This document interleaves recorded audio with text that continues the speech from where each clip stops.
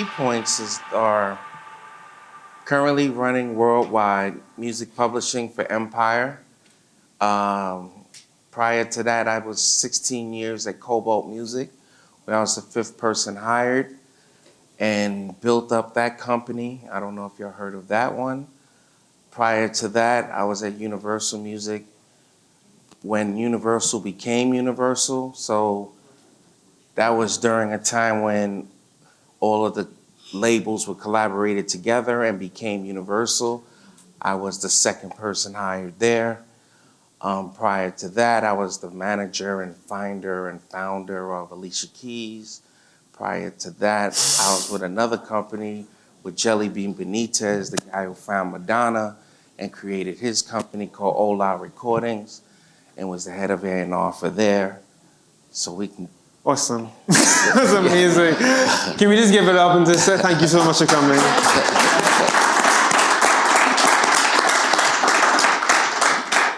All right, so always want to give respect where it's due. Today we're going to be talking about building music catalogs. The verb to build implies that there's a process. So we're going to start from where you should start. So we were talking about this in terms of the entire life cycle of your song, the entire life cycle of your career. What should we say about this first block in terms of building a music catalog?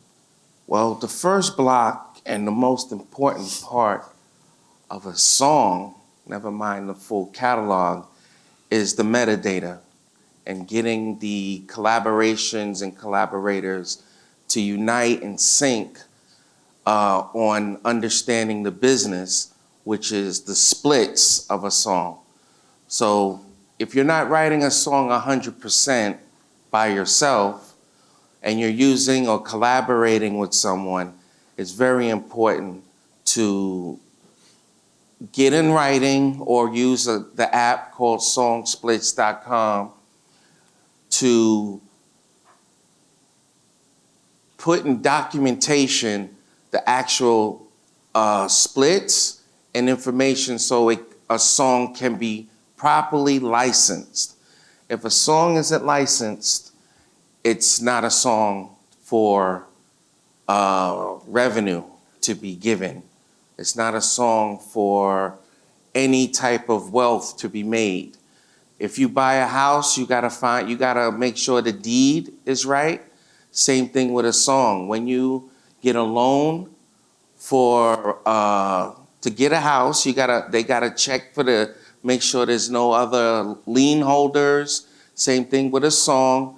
When a song is played all over the world, they need to know that this song is owned by the 2 or 3 or 4 or 10 songwriters on the song in order to move forward. Without that, we cannot know the wealth of a song, the value of a song, and each catalog that you make, which is a volume of songs, everything has to be registered properly with the proper CMOs and PROs of your country or island. Yeah. And in Trinidad and Tobago, the local context is largely going to be Copyright Organization of Trinidad and Tobago, which since November 2019 has not only the authority to administer the copyright side, but now they're doing neighboring rights side.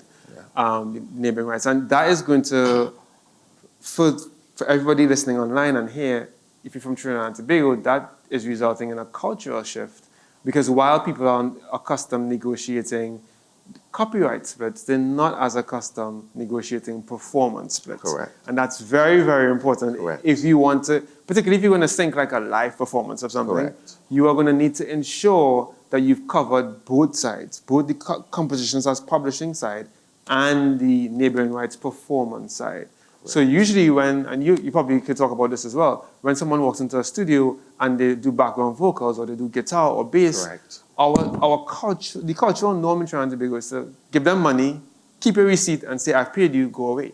But now that's not good enough anymore. That's not gonna happen anymore. Again, when you get into these sessions and you're starting to record and the recording is done, documentation of the metadata, who did the background, who was the engineer, who owned the master, who were the background singers, who was the cymbal player. You got to identify and notate who everyone is, because there is a royalty for these people. So it's going to go down that if this isn't done, money will be held because they don't know who to pay. That's the problem. Everyone will upload their music and everyone's excited about this, but they're not finishing the metadata on who contributed to this creation.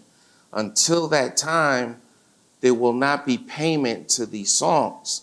And I'm going to scare you, but it's like $3 to $4 billion in the black box that will not be given to any of you creators that haven't done the basics.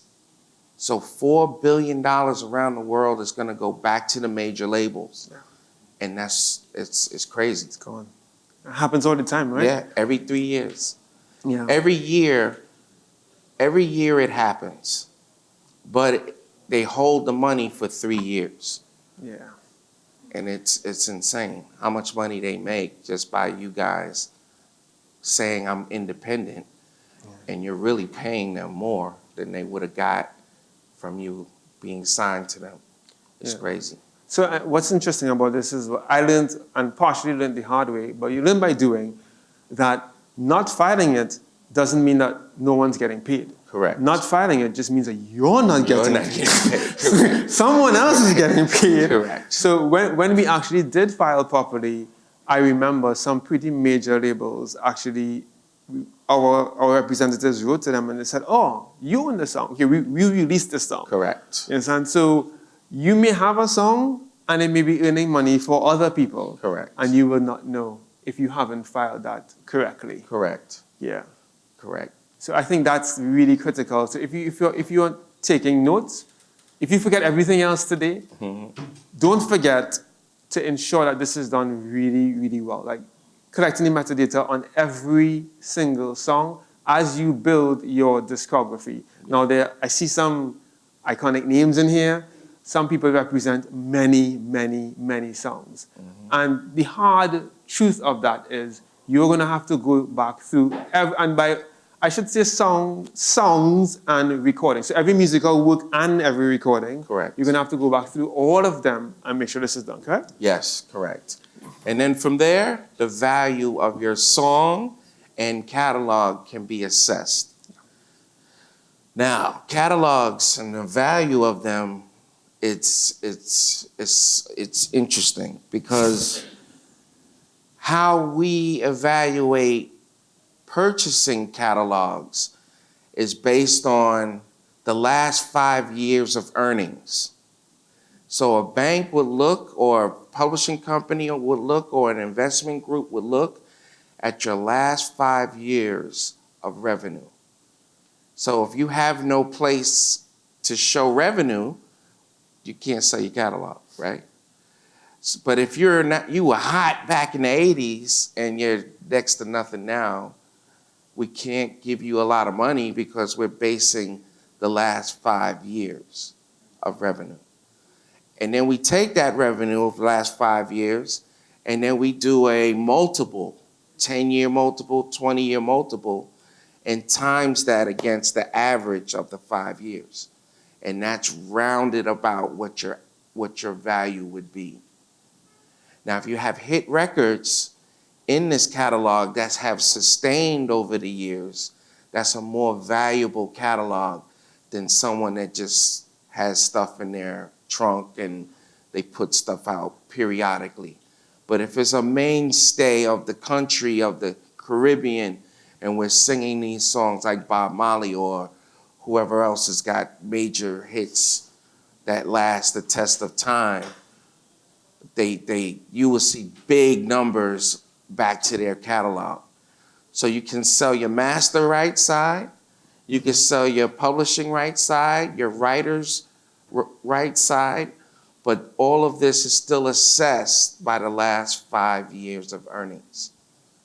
Not what you made before, the last 5 years. It's very important. Do you want to explain really briefly why, companies like your own buy catalogs so that they understand the purpose behind it? Fair. There's a couple reasons why we buy them. One, we look for the songs that have hits, and then we usually take the songs, buy the songs as an asset, and we build up our asset in our company because we have brought a company of wealth of songs, and then we raise the bar and try to reuse them or reallocate them for usage. Yep. Coming up now, this is the idea flying around that a lot of companies are buying the music to be brought out by AI companies so that they can duplicate what you've done without clearing a license. So they're teaching AI what you've done without asking for your permission to use it. So the more that they buy and purchase is the more that they can copy and duplicate. And feed the machine. So think about it. I mean, it's not per se now, but there's an onslaught of people selling their catalogs, and we're all saying, why? Why are they doing this? But it's the rise of AI, you know. I think it's really important for people to kind of understand that these catalogs are being purchased not for the culture. Like usually in Trinidad, we have a saying like, we're doing it for the culture. That's not this. Right. We're doing it to make money. Right. You understand? That's bottom line. Bottom line. To make money and to, it's like buying houses, and you buy a whole bunch of houses on your block or your house on your neighborhood. You just keep buying houses. This is what these companies are doing. And then they raise the prices of these houses and the valuation of these houses, and they sell them for a large amount. Yeah, indeed. You know. And they can possibly raise the price of your house by getting another artist to remake it. Correct. And then bringing it back on the market. Correct. Bringing it back on the market. So I think this is important for artists here to know when you're thinking about your entire career as an artist, when you're thinking about the lifespan of your songs, when you're planning ahead, you know, like how you want, because many times artists are very, very focused on performing the music. Correct. Right? You know, and what we're saying is there are many things to think of as an artist. And for those of you who are doing talent management, there are many things for you to think about in terms of how you commercialize that craft. You know, there's so many avenues and so many people doing very, very well without even stepping on the stage, right? Facts. I mean, people have made super careers just songwriting and just being in the backstage, which is another panel. Yes. Right after this, for publishing. Yeah. But it's a lucrative career to just write and not be the artist for a while. I said this in a couple panels that, you know, who is richer, Whitney Houston or Bobby Brown? And people usually say Whitney and say, no, Bobby, because he wrote all of his songs and he performed his songs. So Bobby will continuously make wealth because his lyrics and melodies and songs will keep going on, where when Whitney had passed, God rest her soul, when she had passed, her performance money died. Mm-hmm. She didn't write these songs, so she doesn't live on in that way. You know, her voice lives on forever, but lyric and melodies go on forever. Someone is going to write My Prerogative again. Someone is going to redo any of his songs in any version, whether it's soca or Afrobeat, or they're going to remake those songs because they were his and he will get paid for doing so. Yeah. So another part of the building block. So let's say they have their split sheet signed. Yeah. They have the SONGSPLITS.com. They use SONGSPLITS.com. They have all their songs in order. They have their recordings. They have their discographies in order. What do they do next in terms of, would you say, in terms of for the music licensing opportunities? Locally, we don't have the most vibrant, I don't mind saying this out loud, we don't have the most vibrant music publishing industry locally. Mm-hmm. So what would you say? Would you say that they need to find a publisher, they need to find a music library? what would you say they should be thinking about in terms of exploiting their own music on their own terms? Good question. So as a publisher, you can't get a deal without your splits. You can't get a deal. We can't move your songs to another artist and or a sync opportunity, whether it's film, TV, commercials, video games, without having this metadata done. Right. We can't push it along. We can't even pitch a song of yours without having the splits, because we're afraid that if another songwriter gets the song and does it without anything, they could steal the song. Yeah. And we wouldn't know, or steal remnants of the song. Yeah. But what's the question? So after they register and they have the metadata, right? Once that's done, yeah.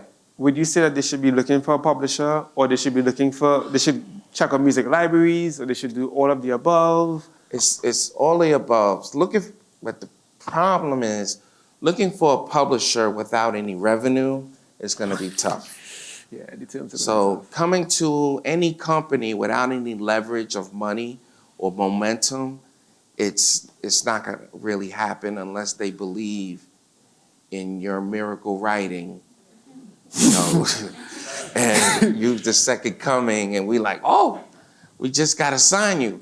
We won't do it without you putting forth the effort and us seeing some results in order for us to bring you in, because it's like, you know, someone coming to your house and they like, oh, I'm living here, and they don't pay rent, and they just expecting you to clean up after them and feed them and everything. That's how we feel about artists that just, hold on. That's how, when you come in, we're like, okay, what are you bringing to the table? Yeah. And we're like, we're gonna do this, this, and this for you, but what are you doing? And our deals are only 3 years, 5 years long. So if we get you from your infant stages and you're not popping, by the time you get going, your deal is over. Yep. And we did all this for nothing. And then you like, see ya, I'm going to the majors, I'm hot. And we're like, damn, we done put all this work in you, you know? But so it's not worth it.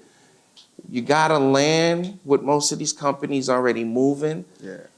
And then they'll try to take you to the next level. Now, the next thing is, if I'm already moving, why do I need you? That's a whole nother question. And that's a whole nother debate. But we could talk about it. Yeah. I mean, why do I need you after we move in? I think. Go ahead, go for it. It's infrastructure. There you go. It just depends on your deal, but hold your masters, hold this, hold that is great. But the infrastructure and systems of a label or an independent company or a publisher helps you elevate. Yeah, I think it's infrastructure and markets, right? Fair. And marketing. Where do you want to be? Like, where are you targeting? And marketing, right? Yeah. Because I feel like for me, the rule is if you're not popping, you're going to get dropped, right? So Facts. Pop or get dropped. So for me, the way that I explain it in my mind is it's easier to stay a moving ship. Right. So you can't sit down and be like, I'm a hot artist, sign me. What are you doing? Correct. Like, how are your monthly listeners on Spotify? Right. Like, what is your, because at the end of the day, anyone that's giving you money wants their money back with interest. Correct. So they're not doing it because you're good looking. It's a business. So let me give you a quick story on this. Yeah. I was pitching to an executive at Womex in Portugal, and somebody came from behind me and said, yo, my artist has like twice more. As a matter of fact, my artist has more Instagram followers than this guy. And they had an artist with 1.4 million Instagram followers. Wow. And they're just like, okay, well, so they got their attention. Then they said, but show me their Spotify numbers. And my artist had more Spotify numbers. And the label executive looked at the other person and said, yo, this means that these people probably want to sleep with your artist, but they want to listen to his.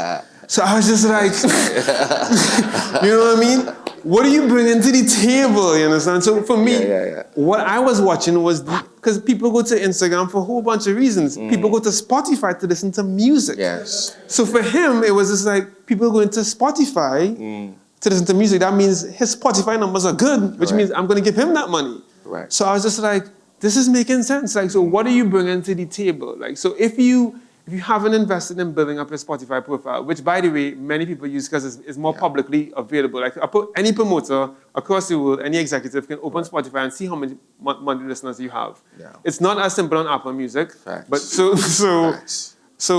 what does this Spotify profile look like? How are you building up your own internal audience? And then so when somebody when he comes, your numbers might look great, but I'll never forget this, right?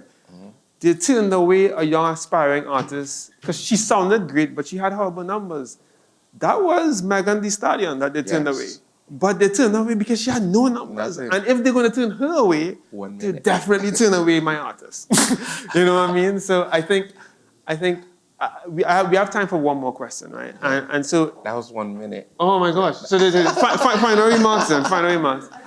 As they seek to build up their audiences and their catalogs, as the person who is responsible for signing the checkbooks and saying, well, let's spend money on X versus Y, what would you say to them are the things that you want them to keep in mind as people that might bring their music to you in the future? To sell their catalogs or to get a deal? To get a deal, including publishing deals. Oh. One, have your splits.